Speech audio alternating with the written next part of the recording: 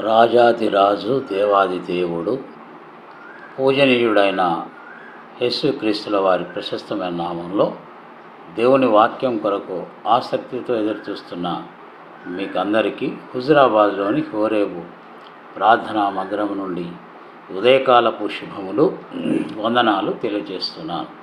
దేవుని వాక్యాన్ని చదువుకుందామండి. మార్క్స్ వార్త 15వ అధ్యాయము 43వ వచనం. కనుక సాయంకాలమైనప్పుడు అరిమతయ్య యోసేపు తెగించి పిలాతు నొద్దకు వెళ్ళి యేసు దేహము తనకిమ్మని అడిగాను. అతడు ఘనత వహించిన యొక్క సభ్యుడై దేవుని రాజ్యము కొరకు ఎదురుచూచువాడు.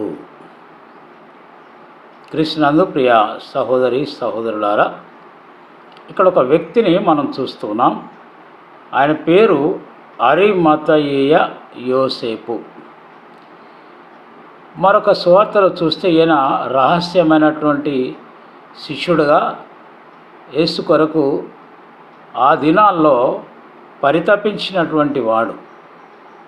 చరిత్రలో చూస్తే ఆయన కొరకు తొలిపించుకున్నటువంటి ఒక సమాధిని యేసు ప్రభు వారిని సమాధి చేయడానికి త్యాగం చేసినటువంటి ఒక త్యాగధనుడు.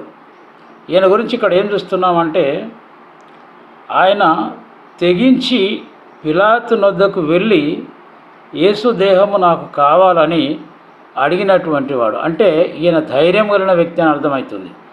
యేసు ప్రభువారు సర్వమానవాళి కొరకు తన యొక్క ప్రాణమును ఆయన బలిగా అర్పించినాడు. ఆయన రక్తమును మానవాళి పాపము నుంచి విమోచించడానికి కార్చినటువంటి వాడు. అందరూ ఆయనను విడిచి వెళ్ళిపోయారు. ఎవరు పిలాతు దగ్గరికి వెళ్ళడానికి ధైర్యం చేయలేదు. కానీ ఈయన వెళ్ళి ప్రాణాలకు తెగించాడు. యేసుప్రభు వారి దేహమును అడిగాడు.